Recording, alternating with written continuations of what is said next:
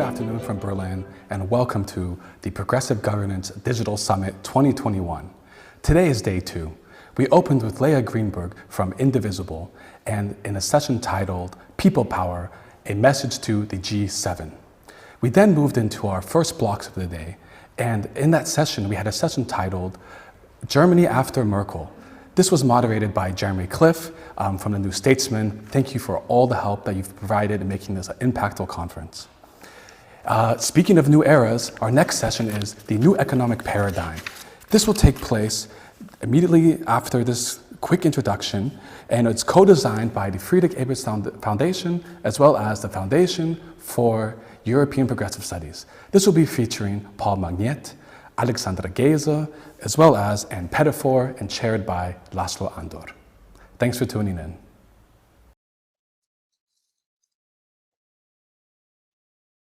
Good afternoon and welcome. My name is Laszlo Andor. I'm going to chair the next panel of the Progressive Governance Digital Summit 2021 under the title New Economic Paradigms. After various crises in the economy, we often anticipate, expect, wish for the emergence of a new economic paradigm, but perhaps after the COVID-19 recession, we have even more reasons for this than otherwise. Let me introduce the members of this panel, which will discuss the need for and the possibilities of and the components of a new economic paradigm in the alphabetical order of the first names. Let me start with Alexandra Geze, who is a member of the European Parliament since 2019 and is responsible for the Digital Services Act on behalf of the Green Parliamentary Group. She's also a member of the Budget Committee, where she has been advocating gender equality in budgeting. She has been also working on many other issues like artificial intelligence, for example. We also have in the panel Anne Pettifor, who is a British economist and is probably famous for having predicted the so-called Great Financial Crisis in a book which she published in 2006 under the title The Coming First World Debt Crisis. Previously, Anne was working in the Jubilee movement for the cancellation of the Third World Debt. And let me just highlight that recently she published an excellent article in the Progressive Post, which I will ask about a little bit later. And last but not least, we also have with us Paul Magnet, who is the president of the Belgian Socialist Party. In 2011, Paul was appointed Federal Minister for Public Enterprises, Science, Policy and Development Cooperation. He has also been the mayor of the city of Charleroi, and recently, last year, worked as a formateur for the new Belgian government. For those who know Belgian politics, this is definitely a very, very important function. For those who are not interested in Belgian politics, perhaps it's less important. Nevertheless, Paul has been working on campaigns about international trade in previous years and the trade and investment agreements of the European Union. This is also evidence that the idea of having a new economic paradigm is not only a post-COVID afterthought. This has a long tradition. This goes back to previous crises of neoliberalism in national but also international context. Now, we have a new context after the COVID-19 crisis. And I believe we have to focus in the search of a new paradigm on the short-term recovery on the one hand, the need to emerge from this COVID-driven recession, but also a medium-term reconstruction of the European economy, which is bound to be different than the previous model, but also we have some longer-term thoughts. I believe after this session, we can put together the various elements of desired new economic paradigm. Let me ask first Paul Magnette.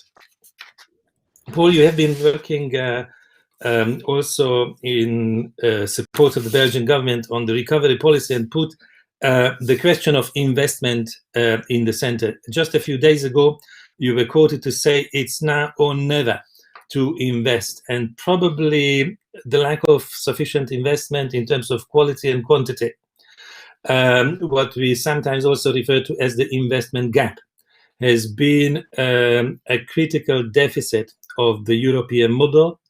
And first of all, I would like to ask your view about this question, how Europe could run its economic system better in order to foster investment and improve its quality. Well, thank you very much, Laszlo, and thank you to FEPS and all the teams for organizing this very important meeting and seminary. I think it is indeed very important that we now, as Social Democrats, make it very clear that we need a radical change in the global economics that we've been implementing the last 20 years, and that we suddenly avoid the mistake that was made after the crisis of 2008. And in this respect, I think that, yes, the issue of investment is not the only issue, but is one of the major issues that we have to address as a Social Democrats. Certainly, if we bear in mind the fact that the European Union has set the ambitious, the very high ambitious, to become carbon neutral in 2050 and maybe in 2045, that this is a very short span of time. It means one generation. We have one generation to make the EU carbon neutral, which means completely getting rid of fossil fuels and stopping deforestation, mainly getting rid of fossil fuels within the EU, and which is a huge technological and a huge complete change in the way our societies are organized in terms of urban planning, in terms of food policy, in terms of housing, and so on and so forth. These implies very, very high investments. There are different assessments by the European Commission on one hand, by the European Court, La Cour des Comptes, I don't remember the name in English, but you see what I mean, which says that it amounts to more or less 1 billion a year investments, but that's completely possible. I mean, if we manage, thanks to the minimum, to a global agreement on the minimum taxation of the benefits of big companies on the one hand, a number of other own resources which are very important for the EU, the fight against fiscal fraud more globally, a carbon tax at the boundaries of the EU, to make sure that we protect our companies against the unfair competition of other regions of the world, notably China, and that we convince those regions to also get into the climate transition. If we add to that the tax on financial transaction, which is also one of the ways to regulate financial speculation at the global level and to get very important resources for the Union, and all those own resources all together, we have a very wide margin. We can add to that the fact that the European Central Bank has produced a lot of monetary means the last years to help the banks first, and then to help the economy at large, and that better focused on this climate transition, those amounts would make it absolutely possible to reach the level which is absolutely necessary. What we have to bear in mind is that the next years are critical. If we want to be carbon neutral in 2045, we need to launch all the new policies in the next years, before 2030. All experts say that. So if we do not start changing the way we produce energy, the way we transport energy, the way housing and buildings and mobility use energy now, if we do not start this very deep technological transition now in 2021 and then the coming years, then it will be too late. It will be too late after 2024. So this is a major transition that we have to start now. And I would add, we should not forget the social dimension of those issues. Of course, supporting a global and deep technological transition in view of the neutralization of the carbon society in Europe before 2045 is a major challenge that we have to to support as social democrats, but we have to be very careful at the same time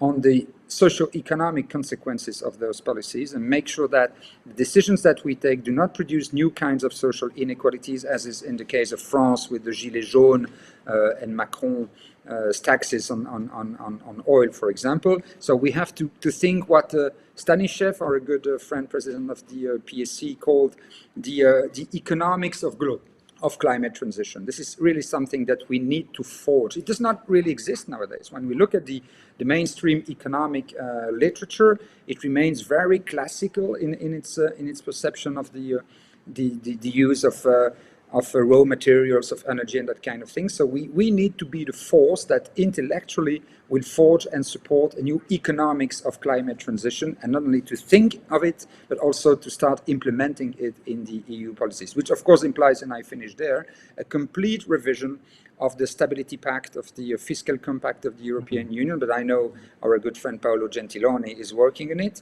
and we have a very good model in the report that was published by the FEPS and a number of other social democrat think tanks 5 years ago, something like that, which was, I've got it here, Sustainable Equality.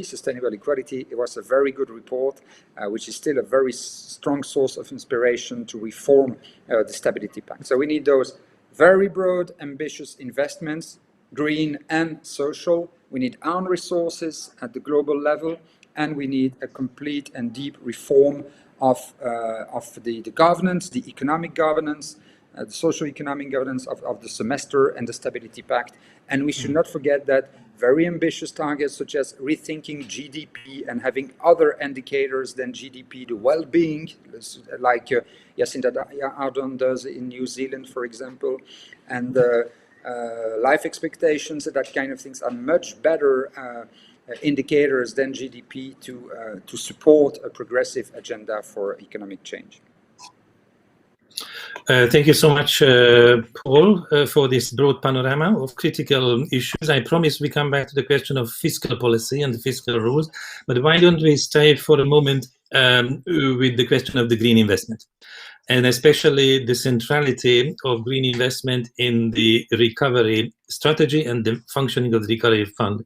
And I would like to ask this from Alexandra, because in such cases, when you have a qualitative objective, very often it leads to an exercise to tick the appropriate boxes and satisfy the requirements on paper, as opposed to the reality. So how can we avoid that green investment leads to a kind of greenwashing exercise, and instead of that, it becomes a real transformative strategy?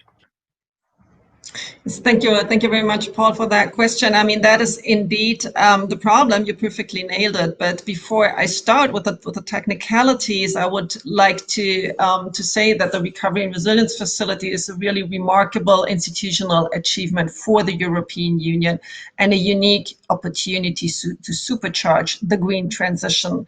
As Paul has already pointed out, this is really an excellent starting point to change things. On a more technical levels, the national plans, which are the precondition for member states to have access to those funds, have come in by 30th of April, more or less, and the Commission is assessing them, even with a lot less resources compared to the Commission. We have come up as a Green Group with a strong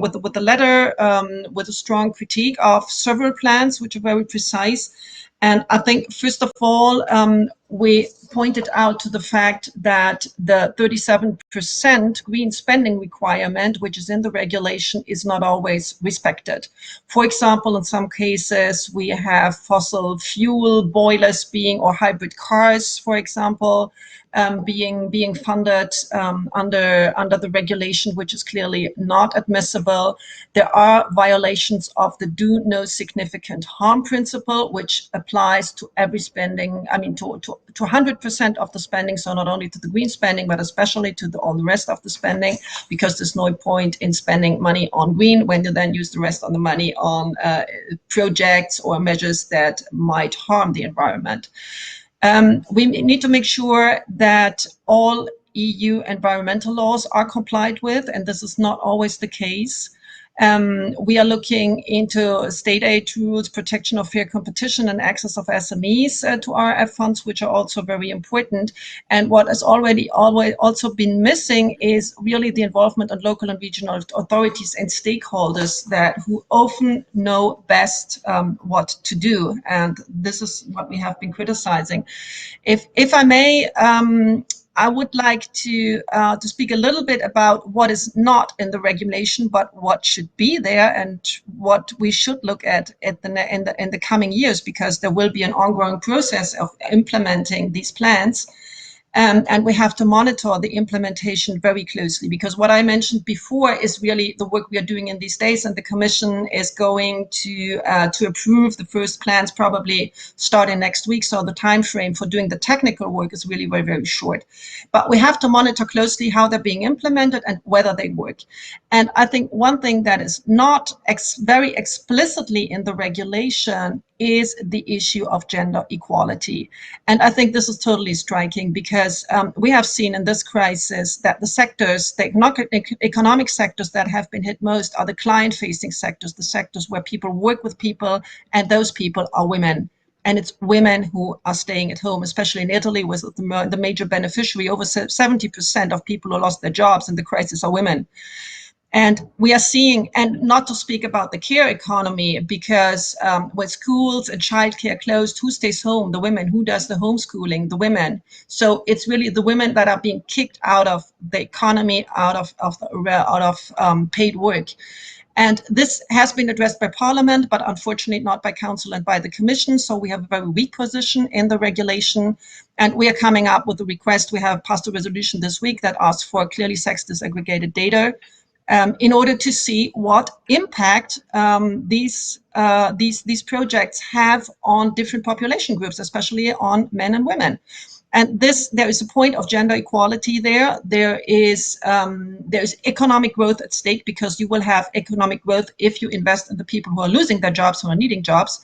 And now we have almost 60%, 37 plus 20%, 37 is green and 20% is digital, of the money flowing into 4 industrial sectors where the share of women is below 20%, which are digital, transport, housing, and renewable energies. Almost no women working there. And I think that's a scandal.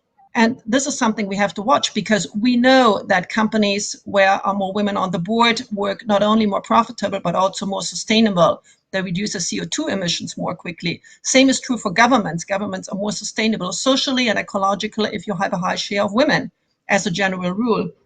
And this is something we need to look at. And just a third very quick point, we have a share of 20% that goes into digital, and I think we need that in Europe. But we have to be very careful that this is digital for the public good, or at least for smaller companies, because right now we have an economy that is increasingly controlled by a few huge digital companies who control the data.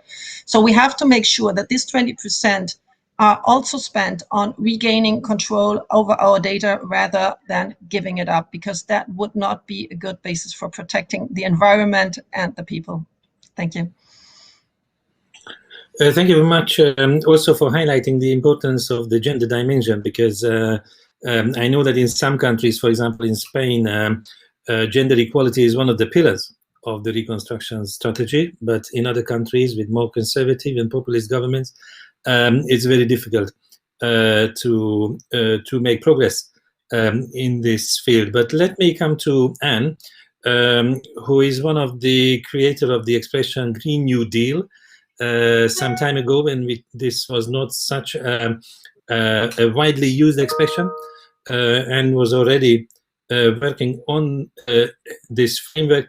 But I would like to ask you, Anne, to explain why you think that we would need to move away from the financialization and the period of financialized globalization or globalism, if we want to take control of our own investment policies better than in the past. Sure, thank you, Laszlo. And can I also thank you and FEPS and the other organizations for including me on this very distinguished panel. And I have to say that I agree with most of what my colleagues have said already. I think I'm here to say that, the conference is called New Economic Paradigms. And from my perspective, it seems really important that social democrats understand that we need a new paradigm. We need to look at the very big picture. And while, for example, we're very good at defending the interests of the poor, of women, of minorities, and so on, we're really good at that. We tend to ignore the 1%. And the current paradigm is a system, an international system, which we call globalization, which is financialized, where it's difficult often for people to move across borders. There is lots of friction for trade, but there is absolutely no friction whatsoever for the movement of capital. And so as a result, we've seen, for example, in the pandemic, massive build-up of inequality.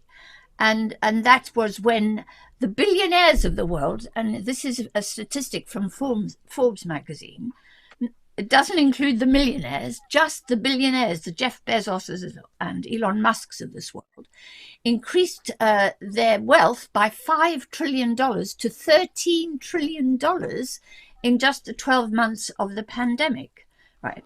So what we're in a world where in that stratosphere, if you like, beyond our borders, operates a system capitalism, if you like, financialized capitalism, which is making massive gains. And we social democrats are too focused, if you like, on the domestic economy, on what's happening here. We're not focused on the internationalism of the 1%, those people who are looking after themselves. And it's a real problem, because much of what we would like to do, and I really admire what Paul was saying about a financial transaction tax and so on, these things will be prevented by the 1% operating in the international system.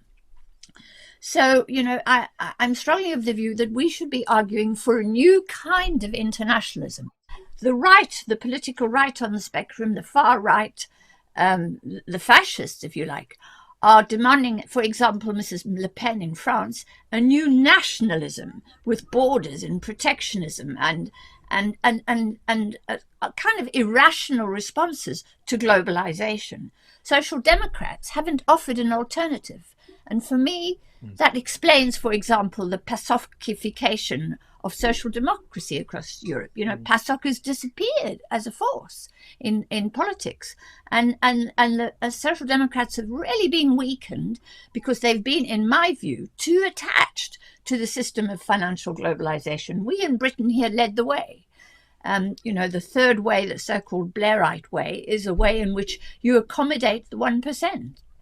And you triangulate between the 1% and others. We have to stop that. We have to understand that really to serve the interests of our people, we have to be serving the interests of the 99%. That requires a new kind of internationalism, cooperation and coordination. We could have done it, for example, around the WHO to tackle the pandemic.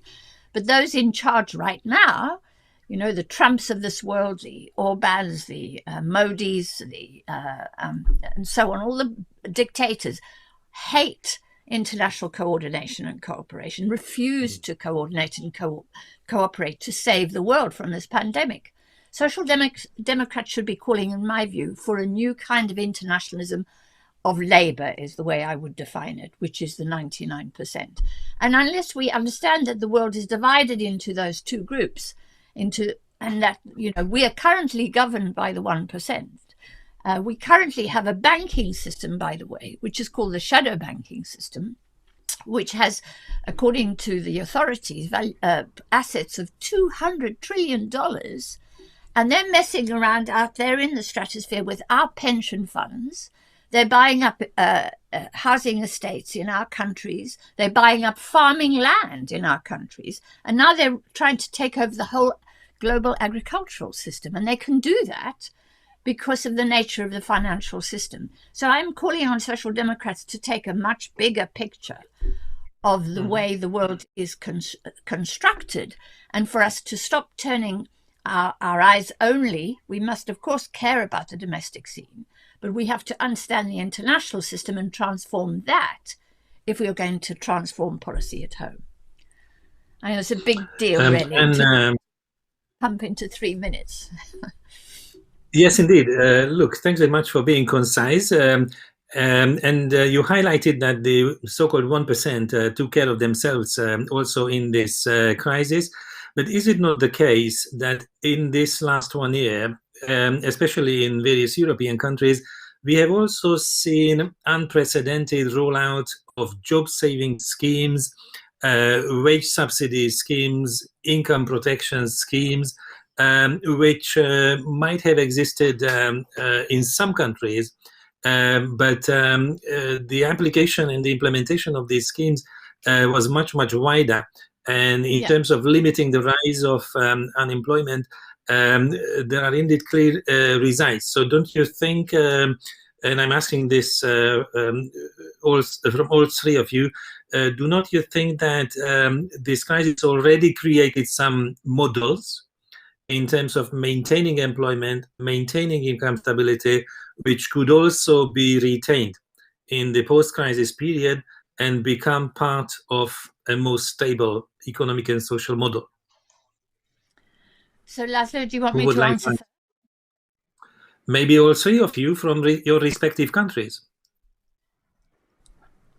Right. So, I mean, I agree with that. And my country is governed by the Conservatives, and the most conservative government has taken extraordinarily radical action in terms of fiscal and monetary policy. But having said that, they're already beginning to pull back, and they're already beginning to talk about the need for austerity. So, you know, I think the pandemic exposed the hollowness of some of the arguments around fiscal policy in Europe as well as in the United States and Britain. It exposed the story that there is no money, there is no magic money tree, which was the theme of one of our general elections here, as being absolute nonsense. It turns out there is a magic money tree for the 1%, and indeed for the others too, for the rest of us. But those shares were very unequal, and they're already being pulled back. The thing I fear is what's going to happen in the autumn when furloughs and other supporting schemes are withdrawn. But having said that, you're right, Laszlo, we've seen a shift in the ideological debate. We have to push that shift further to prevent austerity, both in Britain and in Europe. May I come in on this? Alexandra? Yes, go ahead, please. I'd be happy to pick up. In my country, we're governed by coalition by Social Democrats and Conservatives, and it's been very interesting because, I mean, corporations and companies have been heavily funded. I mean, rightly so, in part. I'm not saying it's not correct to do that, but the poorest people have gotten almost nothing. Who depends on social subsidies with children, which meant having a higher cost because children couldn't have their meals in school, where the poorest kids get their meals free and they had to eat at home. And there was absolutely no increase in the monthly allowances. There were, I think, 100 or 150 euro given in the whole year to the poorest families. And I think that's an absolute scandal. To come back to the bigger question on the schemes, on the one hand, you're right. On the other hand, I would like to echo what Anne said, looking at the 1% and at the global situation. In the long run, how are we going to fund these schemes? Where will the taxes come from? You know, now we had the proposal of Joe Biden of having 21%, and it's already down to 15. I mean, it's progress having it, but as Anne said, I mean, there's a lot of percent. And what I would like to is that 1%, speaking of Elon Musk, speaking of Jeff Bezos, and so on, those are digital companies. This is where today the wealth come from, what the financialization goes straight into, and digitalization not intended as a digital technology, but as control of the technology and as control of our data. Those are the people who have made billions because where we've been able to turn through the pandemic, where we all were very grateful to turn to digital tools, to turn our life into data because everything happened online. And that means when you turn it into data, they're extracting our data and they can sell it in terms of prediction of our behavior for advertising. This is where the money comes from. So this is really where Greens and Social Democrats and all progressives need to look at. How are we going to regulate that? And I'm not saying who is going to decide whether the Trump account can be suspended. That's a detail. It's an important detail, but it's a small detail. But let's look at who controls all these systems, and do we really want to give this kind of control to 2 or 3 or 4 or 5 companies? I think that's the important thing, because they will go along with it right now. I think that was in the news a few days ago that Jeff Bezos doesn't pay any taxes, basically, if I get it wrong. And they won't do that in the long term. They are not going to fund these schemes. And this is why I think basic universal income is popular there, because it means giving very, very little money to people for keeping them basically out of a world of work that is also a world of participation. And I think we need to pay very, very much attention right now and regulating it. We have a chance in Europe to do that. We have 3 big legislative proposals. We need more competition legislation, I believe. And I think this is what we should focus on, and this is what economics needs to do. And I mean, Shoshana Zuboff is doing that. Surveillance Capitalism is a great book. She has all the theory we need, and let's implement it. Thank you very much. Paul, would you like to add something from a Belgian perspective about the resilience of the welfare state?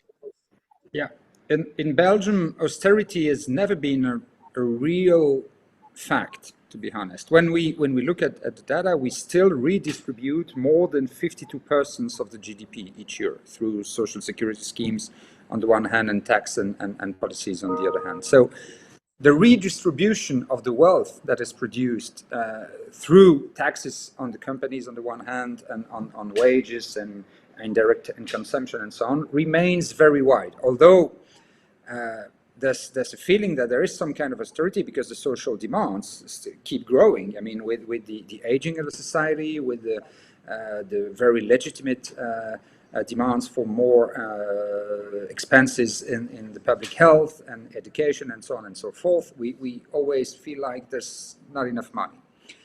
I think there are 2 very important points that we should bear in mind here. First, fiscality is of course key, but we should not forget that the pre-distribution of wealth between capital holders on the one hand and workers on the other hand is at least as important as fiscality. And in Belgium, this is a real problem. When we see the redistribution via fiscal rules, it is quite strong, and it reduces inequalities very dramatically. But when we look at the evolution of productivity the last 20 years, we see that the share of this rise of productivity which went to capital holders was very high, and the share which went to workers was very low. So that means that the process of wage forming is weakened. I mean, or the power of the workers in this process of wage forming is weaker nowadays than it was 20 or 30 years ago. And this is probably an indirect impact of international competition, of fiscal and social dumping within the EU. We see that in the building sector, for example, with a very strong competition with workers coming from other member states, and the pressure to reduce the wages in those sectors. So this is, I think, something that we as social democrats should bear in mind. First, the primary distribution of wealth between wages and other kinds of revenues is at least as important as fiscality, as the secondary distribution, if I can say. And second, I think we have to open a very open-minded discussion on monetary policies, on what does it mean to produce money. And here the books of Anne Petitfort are very useful, but also the modern monetary theory, Stephanie Kelton, and so on and so forth. As long as we social democrats remain sort of imprisoned in the vision that we can only spend the money that we make in the economy, and there's not enough money, sorry, to pay for pensions. There is who will pay for the pensions, who will pay for the social security, and so forth and so on. And we do as if the monetary policy of a state or of a global political actor such as the EU is comparable to the situation of a family. As long as we do that, we remain imprisoned ideologically in the vision of the conservatives. We have to say that monetary policy is a very powerful policy. We have to revise the mandate of the European Central Bank. I think we have to stay in the Eurozone, those of us who are in the Eurozone, and that we need the Euro, but we need to change the European monetary policy. We need to make sure that the ECB will not just look at inflation these two persons that they invented. We can go beyond the two persons sometimes, to three persons, maybe higher. I'm not saying that inflation is good as such, but sometimes we're too upset by inflation, and the ECB should also take care of employment, of social cohesion, of growth, as long as it's as we support a virtuous growth and not a growth which would produce negative consequences for the climate. So those two elements, the primary redistribution of wealth, productivity on the one hand, and that will be a major asset with the digitalization of the economy that will deeply change the productivity of our economy, and what money means, what it means to produce money, and how we can keep producing money as the ECB does, and where the money that the ECB produces should be channeled to investments, to green and virtuous investments, more than simply direct to the banks who do whatever they want with that money. These are fundamental principle discussions that I think we as Social Democrats should open.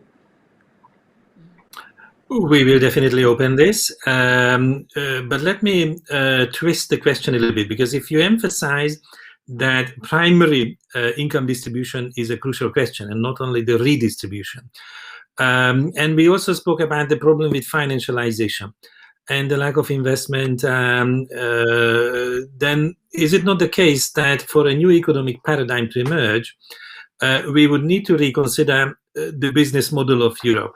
And in fact, in comparison with the previous crisis, when a lot of people thought that the problem was the social model of Europe, we would need to stress that the fundamental issue is to reform the business model of Europe. Would you agree with this point and highlight one or two specific elements of this European business model which would need to be reformed or changed fundamentally or replaced with something else in order to emerge with a more sustainable and inclusive model?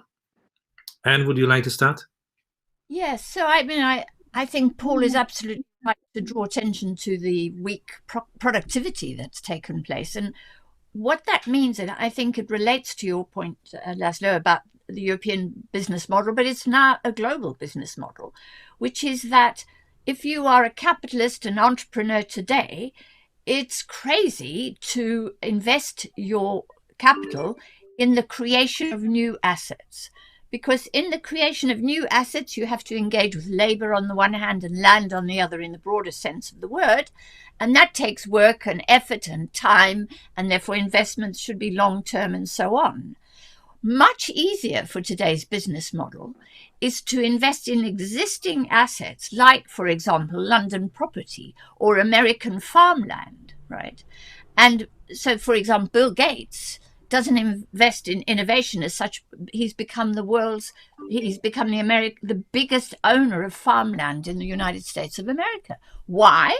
Because he wants to, if you like, to be crude, to sit on his butt and collect the rent from farmers. We see, for example, that BlackRock and other big asset management funds are buying up whole swathes of property, whole suburbs.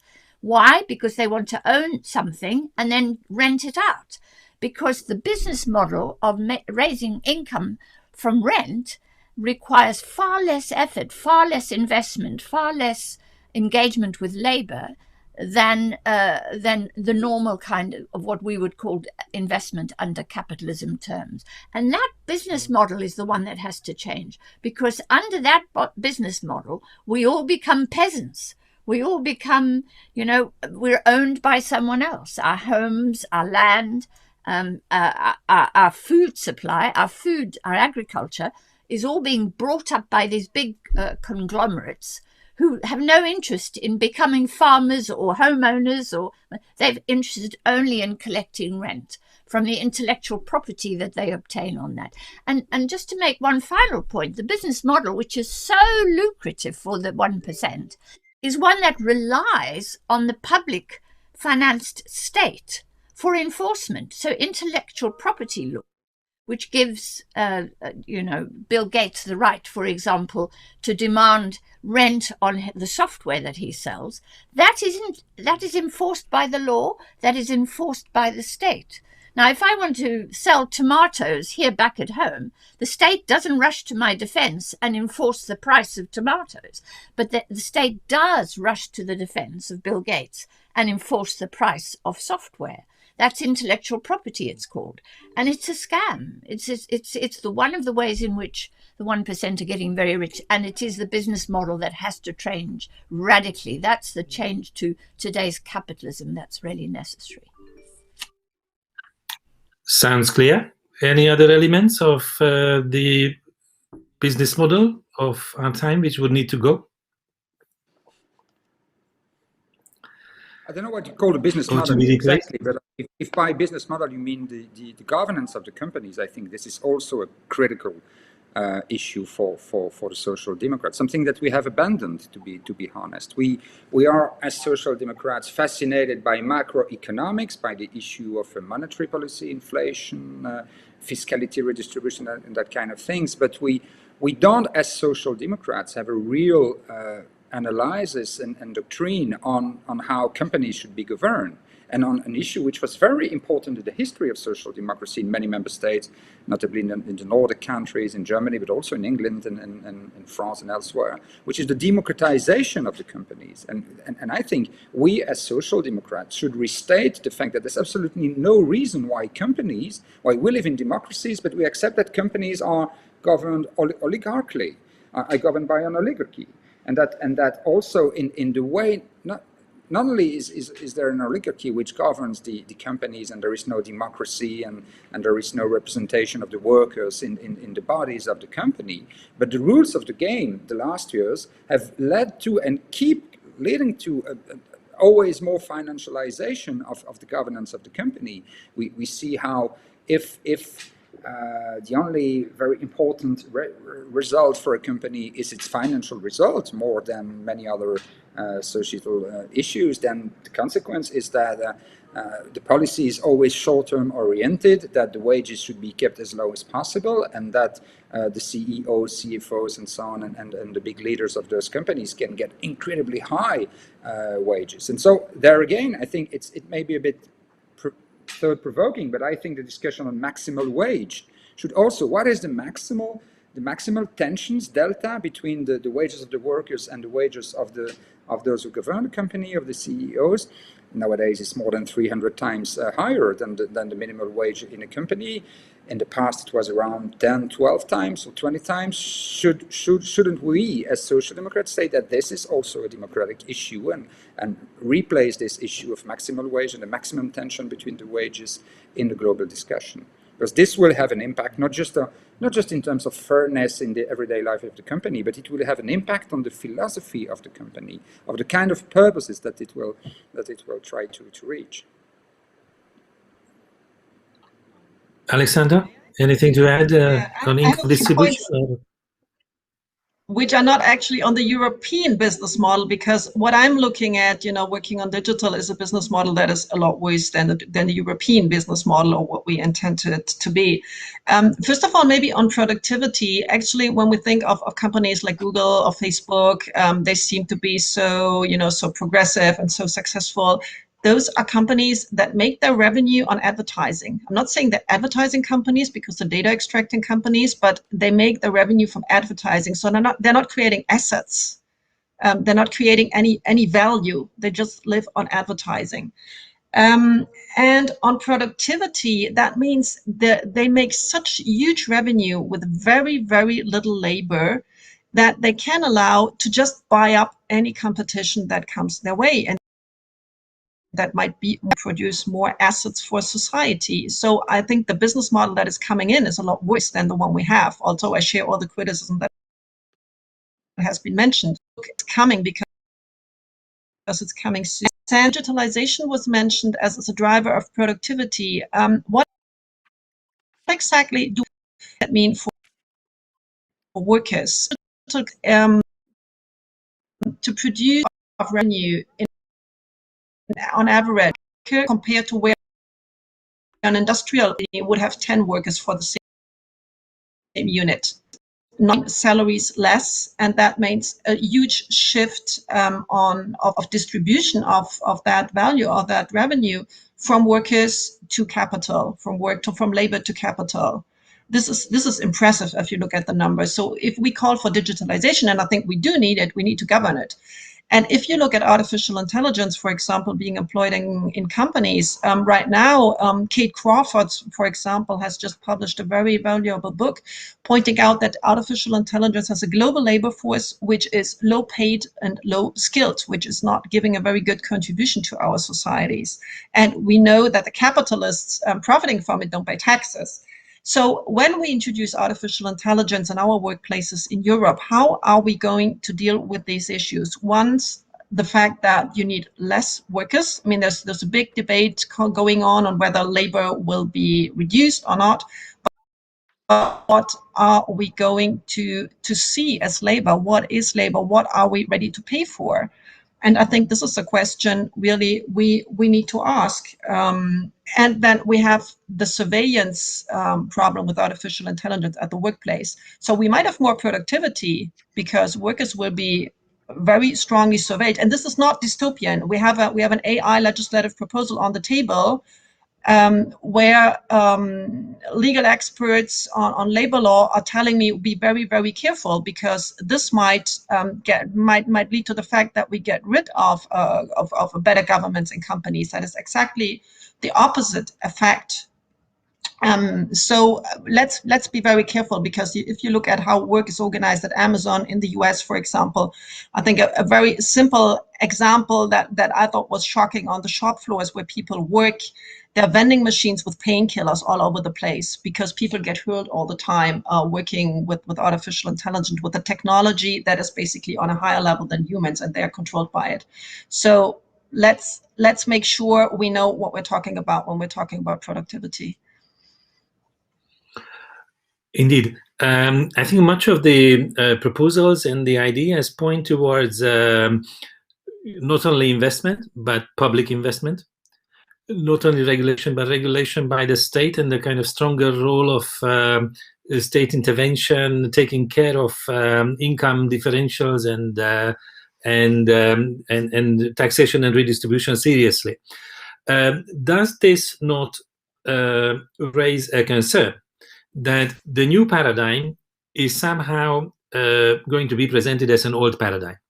An old paradigm which is statist and relies on the public sector, and maybe a lot of people who would need to be convinced will be a little bit turned away if the perception is that, okay, it's the old ideas of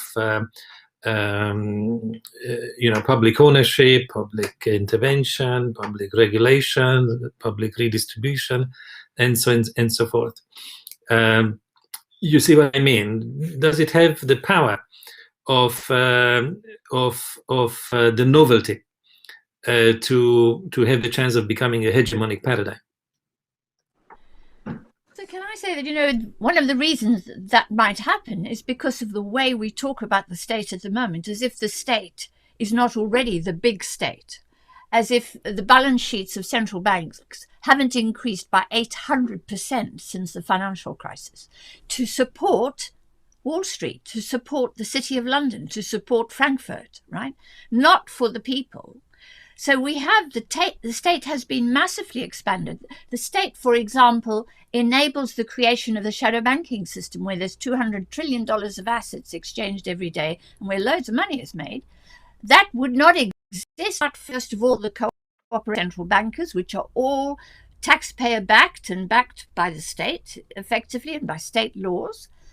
But equally, the most important asset for the private financial sector, for Wall Street and the City of London, is a government bond. The most valuable government bond is, of course, the American, the US Treasury bill, the British gilt, or the ECB bonds. Now, the bond, which only exists, a promise to pay, the bond is a promise to pay, it only exists and it only has power and it is only valuable for the private finance sector because it's backed by millions of taxpayers.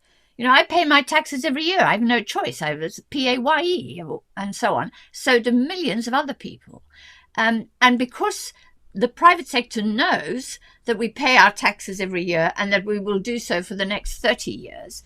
It regards a government bond, a British government bond, as an extraordinarily valuable asset, more valuable than London property, more London works of art, more valuable than works of art, more valuable than a racehorse. This is a safe asset, as it's called by the finance sector, and it's something that's issued by government. There is a wonderful story of a man from Goldman Sachs being asked by Bloomberg what kept him awake at night, and he said, "What keeps me awake at night is that the Federal Reserve has got an Excel file, and in it are all the bonds that are individuals by the Federal Reserve, and if that were to be blown up by some cyber criminal, then there would be very, very real difficulties for Wall Street." So we need to understand from that our asset, which is a government bond, is the thing that keeps the private capitalist system going. And once we understand that, we can start talking about the state in a different sense to the way we talk about it today. Should we not emphasize the purpose more that we are looking for in economics for the society, right? In economics for a new society, perhaps, or a new social model, which is more equal or egalitarian than the polarizing forces of neoliberalism.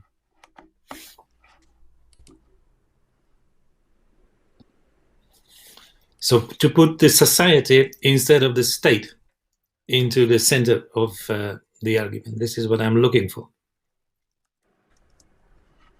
Sorry.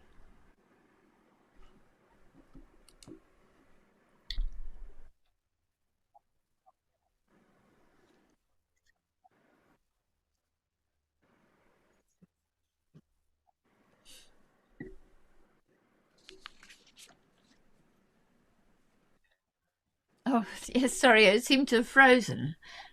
We have some technical problems, I'm afraid. Right. What do I need to do?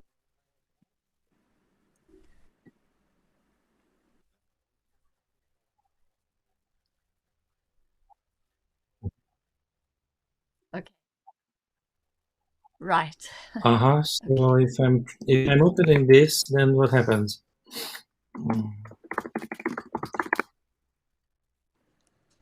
Maybe I can come in on the question.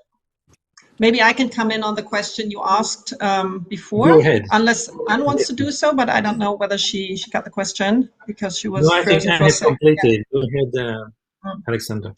I think one interesting point is that if the states don't do it, and I'm thinking, in digital, you're thinking at a European level and not at a national level, actually, the big corporations are doing it.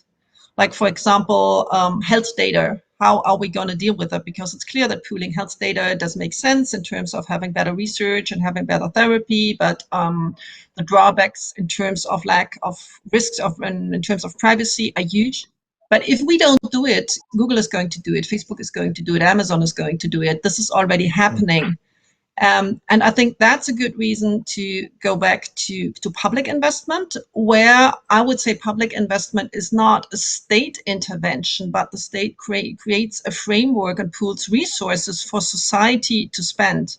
And this is where the data comes back in, that deciding on where our data goes and who we trusted, we sort of decide who to give power to invest as well, because it's on the data that you can build business models today. And I think there are some very small but interesting experiences that are new. I mean, there are lots from the past as well, cooperatives and so on.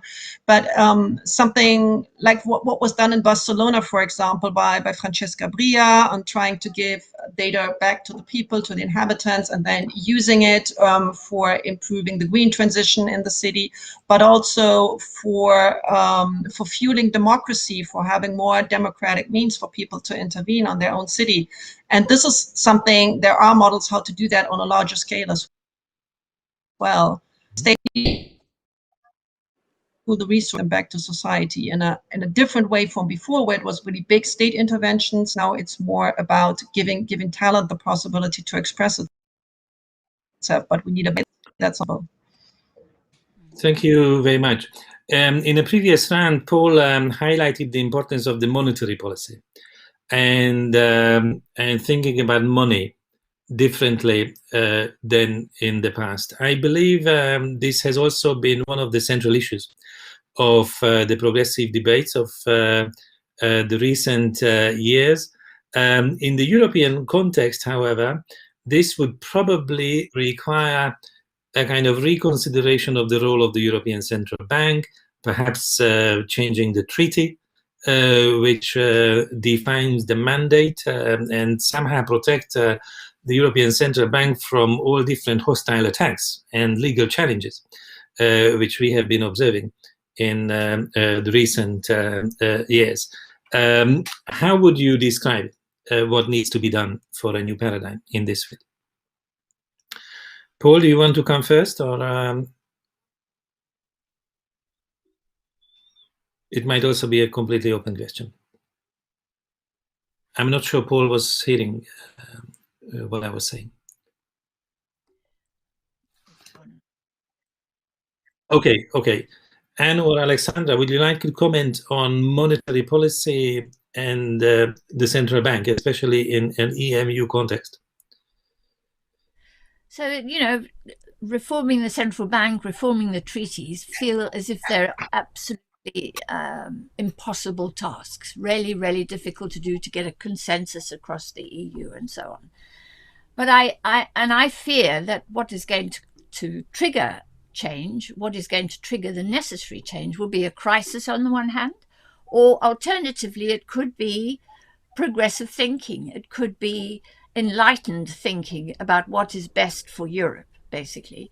And I fear that given the nature of the treaties, given the nature of any changes that have to be made, being locked in to the current Hayekian system makes it really difficult to achieve that change. But I know also, and we experienced this in the pandemic, that ideas and statutes can be turned over overnight, basically, with political will. So for me, I'm not enough of an expert on the treaties to be able to comment on this, but except to know that it will be very difficult. But the mandate has to be that the central bank's primary role is to protect the interests of the democratic state which backs it up, and not just the interest of, if you like, the finance sector. And currently the ECB's mandate favors the 1% and not the 99%. Now, how the ECB changes its mandate in order to provide the finances, Paul says, that is necessary, for example, for a transformation away from fossil fuels, means for me greater coordination between monetary and fiscal policy. This idea of separating monetary and fiscal policy and of, making them the separation rigid and making the central bank unaccountable is bad economics. And what we've seen work here in Britain is we've seen coordination between fiscal and monetary policy to tackle the pandemic. And we want to see more of that coordination in the future in Europe as well, in my view. Indeed, but another dimension of the debate on central banking and monetary policy is about the greening, whether you can also integrate green objectives into the creation and regulation of money. Is this something you would consider realistic in the current context? Absolutely, and the European Commission is doing good work on this. The lobbying in Brussels is very heavy. But the very effort to create a taxonomy, a classification of what is green and what is brown, and to ensure that taxonomy has integrity and is honest, is for me really one of the great missions facing the European Commission and the European Parliament this year, basically. And of course, the fossil fuel industries are arguing that what is brown can be green. Natural gas is green and it's not. And these definitions are tricky, and we are going to need a transition phase, but we've got to be honest about what is truly green, what is brown. And then, in my view, the ECB should alter its statutes to ensure that it only accepts green assets onto its balance sheet. Mm-hmm. And it must do that because we, the taxpayers, are backing the ECB. The European taxpayers are backing the ECB. and their backing must not be jeopardized by the fossil fuel industries, which will become stranded assets in due course. So getting the rigor and the integrity of this taxonomy right, what is brown and what is green, is absolutely central. And then the ECB must accept only, in exchange for liquidity or cash, must only accept green assets as defined by the taxonomy. I would like to ask some questions which I received from our viewers and listeners.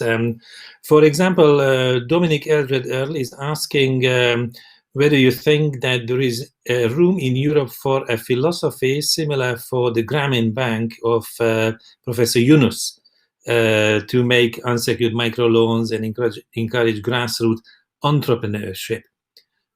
What do you think about this as part of a new paradigm?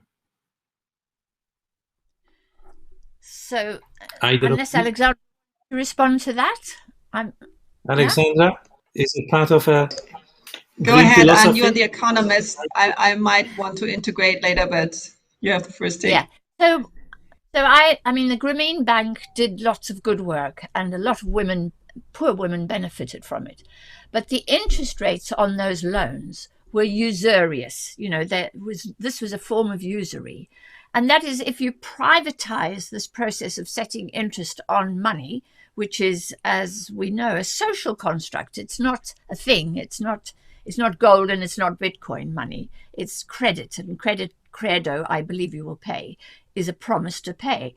Now, if you inflict very high rates of return, very high interest rates on those loans, you extract far more from the borrower than you are giving to the borrower ultimately. And for me, the problem with the Grameen Bank was, and all of those microcredit banks, which is they were popping up everywhere, and they were very good, but they were actually extracting enormous amount of rent in the form of interest from poor people who were desperate for the loans, who needed the loans straight away and were willing to pay any price. But ultimately, you know, if you borrowed $10 to buy a cow, you ended up using all the milk, the revenues from the milk, to repay your creditors ultimately. And that was the weakness of the Grameen Bank, which has been heavily criticized.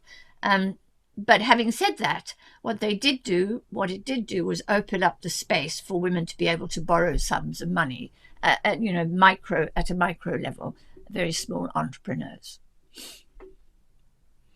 Exactly. I think a very important consideration, maybe not in the very example of the models created by Professor Yunus, but the fact that also inside Europe there are many small regions, micro regions, with an underdeveloped economy. So in the recent decades, probably the uneven nature of economic and social development in Europe has been a trend not sufficiently observed, and definitely not sufficiently tackled. And maybe the tools of nation states and the European Union have are insufficient to tackle these regional disparities, which might have also been growing at the time of the pandemic, when we had this fragmentation as a result of distancing and lockdowns. So I think you can extend this question to a more general one: what to do with these pockets, micro regions of underdevelopment? What kind of economic development perspective they may have in the future? Is that a more green economy or a social economy, which would help, not just short-term recoveries, but a longer-term developmental path in these regions? So, Laszlo, in my view, the green economy, the more sustainable economy, is going to be a more localized economy. This idea of, you can grow matchsticks in New Zealand and fly them to, America, or you can grow green beans in Kenya and employ people at very low wages and draw on the Kenyan water table and then fly green beans across to the British consumer so that they could have green beans 365. That model has to change, and so we've got to become more self-sufficient, in my view, and more localized, and that I think will benefit the micro firms, the small firms in Europe that have so struggled in a world of globalization. And to argue for more self-sufficiency and localization is not to be nationalistic about it, because in my view we've got to both be self-sufficient, both here and in Kenya, but we have to work and coordinate and cooperate with, for example, Kenya, to create a more stable world and above all a more stable climate. So I think that's the model that has to change. We have to stop thinking of the globalization model as the only one. And for it to be sustainable, it's got to be much more of localization, of slow food, of a kind of agriculture that is sustainable and that enables us to feed ourselves on a seasonal basis, for example. So, I mean, I think these are big changes, paradigm shifts that we have to make if the climate is to be made sustainable. Indeed, as you remind ourselves about the title of the session, when we are approaching the end, let me welcome Paul back, because there was a technical break here, and I would ask each of you, in a way, to sum up the lessons of the discussion, because in a nutshell, perhaps you could just highlight what you consider most important from the point of view of creating a new economic paradigm, which would help making the 2020s a decade of progress. Feel free to elevate the topic which you consider really central from this point of view, out of experience or out of your specific thinking, which you would like to put into the center of the discussion and the center of the new paradigm for the coming period. Who would like to start? I can start if you like, slow. Go ahead, Paul. And leave it to colleagues. And then, sorry for being dropped, but Digital Europe is still full of problems, and we're all longing for physical meetings where we have the chance to talk before and after the meeting and in real context more than digital, but it's better than nothing. I would say I really feel like this is a unique opportunity. I mean, this moment with the COVID crisis on the one hand, with the legitimacy crisis of capitalism since 2008, which hasn't led to revolution yet, but which nevertheless is there, and with the absolute necessity to deeply transform our economy and societies to reach the target of carbon neutrality in 2050, we need a global paradigm shift. We need to completely think out of the box, and we need a paradigm shift in terms of economics that must be as deep and as wide as the emergence of the social democratic economics after the Second World War, which means that we have to reconsider monetary policy.